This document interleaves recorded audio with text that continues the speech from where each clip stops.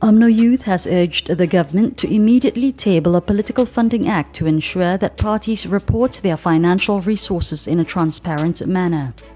In a fiery speech at the Umno General Assembly at World Trade Center Kuala Lumpur today, Youth Chief Asyraf Wajdi Dusuki said having a political funding law would prevent elements of corruption or abuse of power.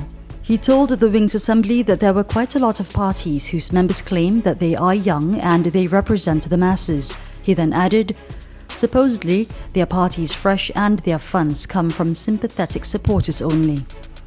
But we know that the millions of ringgit they spend actually come from financiers and businessmen who invest money in these parties to make them submit to their interests.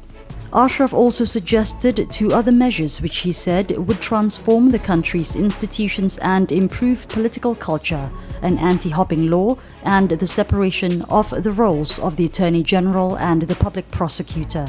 While the Prime Minister's department has reportedly postponed the tabling of the anti-hopping bill to a later date, opposition leader Anwar Ibrahim said Ismail Sabri Yaakob had promised to table the bill in Parliament just last week.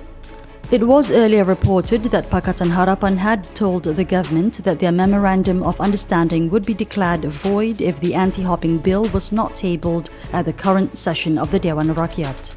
Asyraf said an anti-hopping law should be passed as soon as possible as it would help restore the Rakyat's trust in the democratic system. They have to be confident their votes are not in vain, he said.